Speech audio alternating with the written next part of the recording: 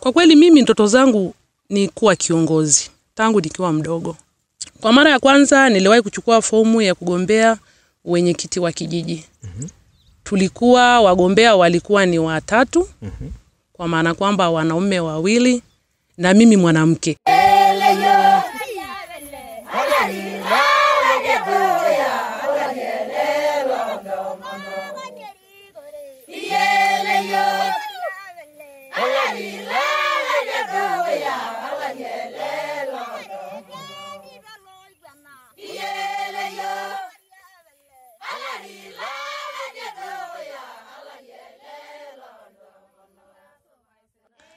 Naam, hujambo na karibu mpenzi msikilizaji wa Lolionda FM popote pale unapotusikiliza.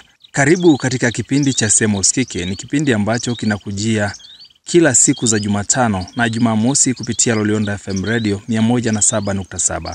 Jina langu ni Matias Toko, mwandaji wa kipindi hiki. Na msikilizaji, katika kipindi cha Sema Usikike hii leo tumejikita katika kufahamu nafasi ya kiongozi, sifa za kiongozi katika jamii hii.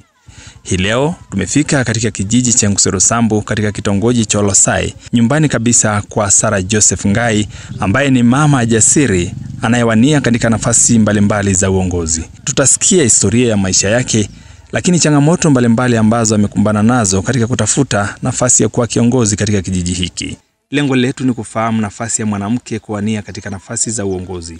Lakini je, ni changamoto zipi wakina mama wanapitia katika kuwania katika nafasi za uongozi? Hii ni mwaka 2025 ambao tunatarajia kwenda katika uchaguzi mkuu, na mwaka 2024 ilifanyika uchaguzi wa serikali za mitaa. Je, ni wakina mama kiasi gani walichukua nafasi ya kudhubutu kuwania katika nafasi za uongozi?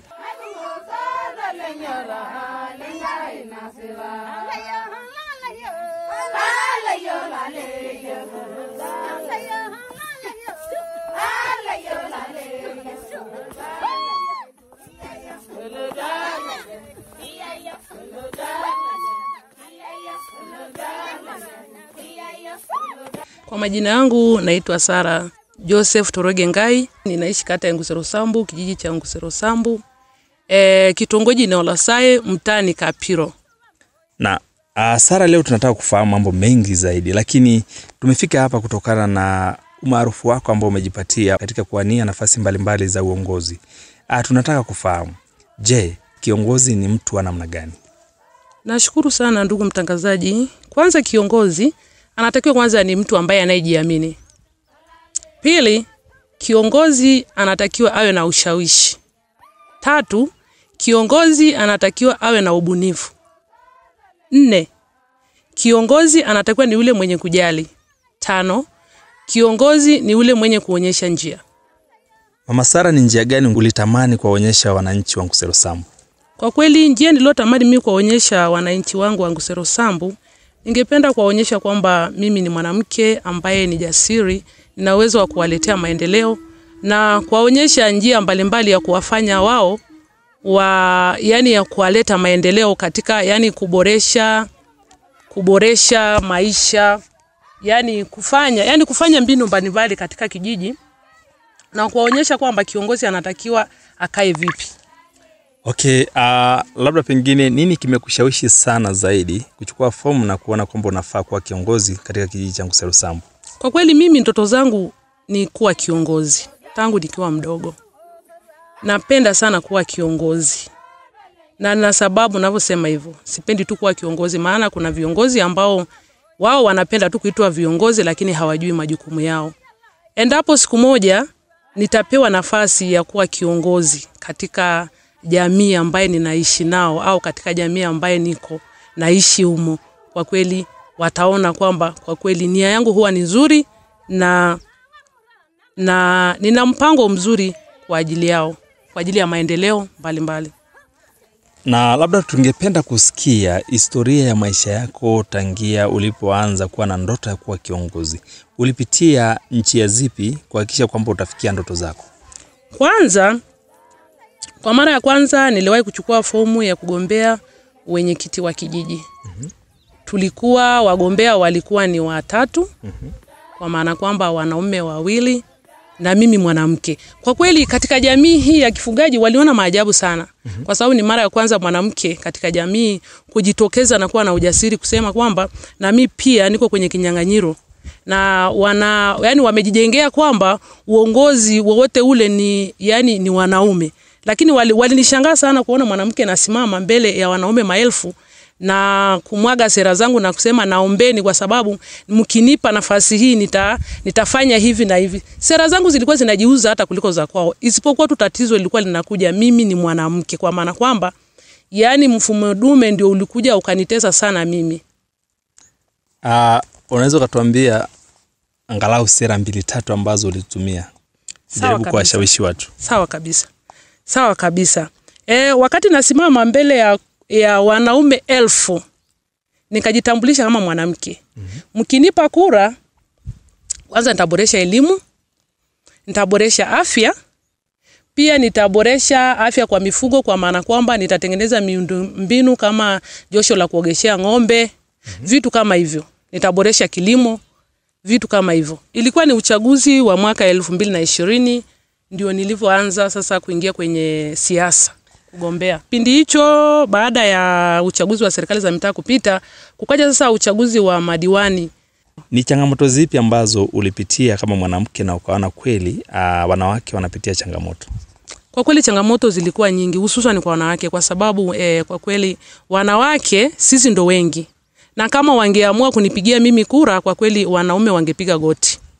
Sasa tatizo inakuja kwamba wanawake wa kifugaji au wanawake wa mila zetu wamekaliwa sana na wanaume. Yaani mfumo dume ndio unatawala. Kwa maana kwamba ilifika wanaambiwa kwamba mkimchagua mwanamke kuwa mwenyekiti wa kijiji, basi mtakuwa mmetuangusha sisi wanaume. Yaani kwa maana kwamba itusula yo lewa atiniako ra ngitona rigi lewa na kesula lewa, kwa maana kwamba ile imani wakajengewa sana, kwa maana kwamba kweli ni yangu msiende mkamchagua yule mwanamke kwa sababu kwamba Yesula yo. Kwa hiyo na wao imani yao ikawachukulia kwamba wakinipa mimi kura watafanya yani tutafanya yani watafanya wanaume zao kama kuaibisha yani watakuwa chini. Na mila na tamaduni zetu yani mwanamke amekuwa ni kama yani yeye ni wakuburutwa tu. Okay. Changamoto nyingine? Changamoto nyingine kwa kweli wanawake inatakiwa tupate elimu. Kwa kuwa sasa wanaume wameshagundua kuwa wanawake wana udhaifu huo wa kutokushirikiana, yani wa kutokupendana. Kwa hiyo wanatumia ile nafasi kufanya wanawake wakose nafasi nyingi, kwa maana kwamba wanajua wanawake wenzao hawana ushirikiano. Ila sasa kwa muda huu tuliokuwa nao, kwa kweli wanawake wanaelimika, wameshaelimishwa, tunaendelea kuwaelimisha kwamba wanawake tuwapende wanawake wenzetu. Kama mwanamke akisimama kugombea nafasi fulani, tujitokeze kumuunga mkono na sisi tuwe viongozi. Baada ya kukosa nafasi ya mwenyekiti wa kijiji, ukachukua nafasi ya kuwania nafasi ya udiwani viti maalum. Hebu tuambie ilikuwaje? Hiyo nafasi kwangu niliona nimejitahidi sana au nimedhubutu tuseme. Japo tulikuwa wengi. Wanawake tulichukua fomu kwa wingi sana kuwania hiyo nafasi, japo kwa nafasi ilikuwa ni chache. Lakini wanawake walikuwa wanatakiwa madiwani viti maalum walikuwa wanatakiwa 11. Na wanawake walijitokeza kama wanawake nafikiri ni 60 au 56 kitu kama hicho. Okay. Pale pia nilijionea pia kuna changamoto kwa sababu wanawake ni kama nilivyokuambia kwamba wanawake na wenyewe yani hatujiamini yani hawaaminiani yani hawaaminiane yani hawana maamuzi.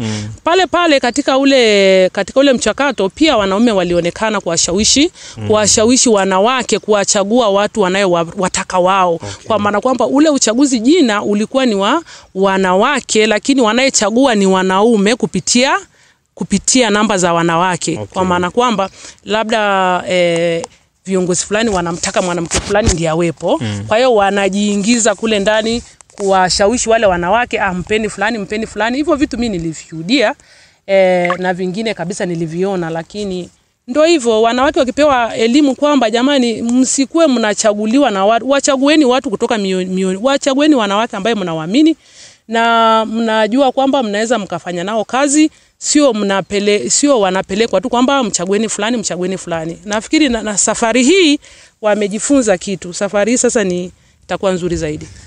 Mwaka huu tunaelekea katika uchaguzi, lakini wewe umepata uzoefu mkubwa juu ya changamoto ambazo wanawake wanapitia katika kutafuta hizi nafasi za uongozi. Labda pengine umejipangaje? Kwa kweli mimi hapa nilipo nimejipanga vizuri. Nimejipanga vizuri, nimejipanga wakati huo ukifika, mipango yangu itaonekana. Kwa sasa nimefungia kwenye draw. Okay, safi. Asante. Na labda pengine una elimu gani yoyote ambayo umeshawahi kupata juu ya sifa za kiongozi, lakini pia umuhimu wa mwanamke kuwa kiongozi katika jamii? Asante sana ndugu mtangazaji. Wadau wa maendeleo kama PWC, Pingos na UCRT, kwa kweli wao wamekuwa kwa kweli ni chachu katika jamii, kwa maana kwamba wao wamekuwa na kipaumbele sana kwa wanawake, kwa kuhamasisha au kuwatia, wanasema nini? Yani kuwatia moyo, yani kuwafanya wawe wajasiri. Kwa mfano mimi kabisa, mara ya kwanza mimi kabisa kupata ujasiri, nilipata mafunzo, na kwa kweli yale mafunzo yalinifanya nikawa jasiri, kwa sababu nilifundishwa vitu mbalimbali. Kama naingia kwenye siasa kama mwanamke, utakutana na vitu mbalimbali, utakutana na changamoto kama hongo za ngono. Hivyo vitu kwa kweli vipo. Kwa kweli tumekutana na ukikutana navyo ni namna gani yani ya kuvikwepa. Kwa hiyo yani mimi kwa kweli nilikuwa na ujasiri mkubwa. Hivyo vitu vyote tuliofundishwa kwa kweli nilikutana navyo. Wewe ni mwanamke jasiri ambao umekuwa mzoefu katika siasa, ukijaribu na kutokata tamaa mpaka tunapoendelea. Ukapewa nafasi ya kuzungumza na wakina mama ambao wanakusikiliza hivi sasa. Ungekuwa na lipi la kuwaambia? Kwa kweli ningeshukuru sana, na jambo la kuambia wanawake wenzangu. Kwa kweli wanawake wenzangu, mimi na jambo la kuambia kabisa, kwamba jamani, hebu basi tubadilike, hebu tupendane kwanza sisi. Hebu tuchukuliane kama mwanamke mwenzetu ameamua kudhubutu na kusimama na kusema, hebu basi tumsapoti, hebu tumuunge mkono, hebu tuwe pamoja naye. Alafu kwa kweli itakuwa ni jambo zuri sana, kwa sababu sisi kwanza ni wengi. Kwa hiyo tukiamua kuchaguana, kwa kweli tunaweza, hii dunia nzima inaweza kuwa ni ya wanawake tu. Na labda pengine ukapata fursa kama hiyo kuzungumza na wanaume ambao wanatoka katika jamii hizi za kifugaji, ambao wanaamini kwamba mwanamke hawezi kuwa kiongozi. Kwa kweli nitafurahi sana. Nitaongea na wanaume niwaambie, jamani, tupeni nafasi, kwa sababu sisi ni kiongozi. Kwanza sisi ni viongozi, ila tu ni kwamba tu hamtambui. Kwa sababu kwanza nyumba ni mwanamke. Pale kwanza mimi tayari nimeshakuwa kiongozi pale kwenye ile nyumba. Kwa hiyo hebu tu ile imani potofu kwamba mwanamke ni kama mtoto, mwanamke ni wa kuelekezwa. Kwa kweli hebu tu mimi ningewaomba watupe nafasi kabisa, waache kutufanyia mfumo dume. Hebu watupe nafasi waone na sisi tunaweza.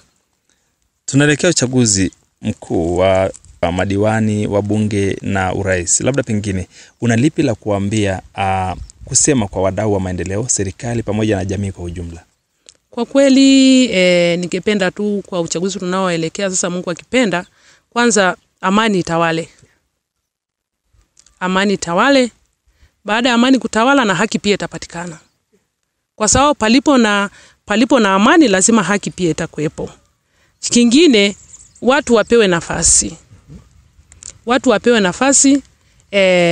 Na kingine ni wakina mama wajitokeze, pia wadau pia watoe elimu kwa muda huu bado, ili kifika wakati ule kila mtu awe amepata elimu ya kutosha. Alafu pia wachague viongozi ambao wenye tija kwao, viongozi ambao watawapeleka mahali wanakotamani au mahali wanakotaka. Ningeomba kabisa wadau kama wananisikia, kwa muda huu ambao bado uchaguzi, wafanye elimu, hebu wajitokeze, wawape wanawake elimu sana. Asante sana, nikutakie kazi njema, kila laheri. Tutafurahi sana siku moja tukaje kufanya mahojiano na wewe ukiwa kiongozi. Sawa. Nashukuru sana ndugu mtangazaji. Asante.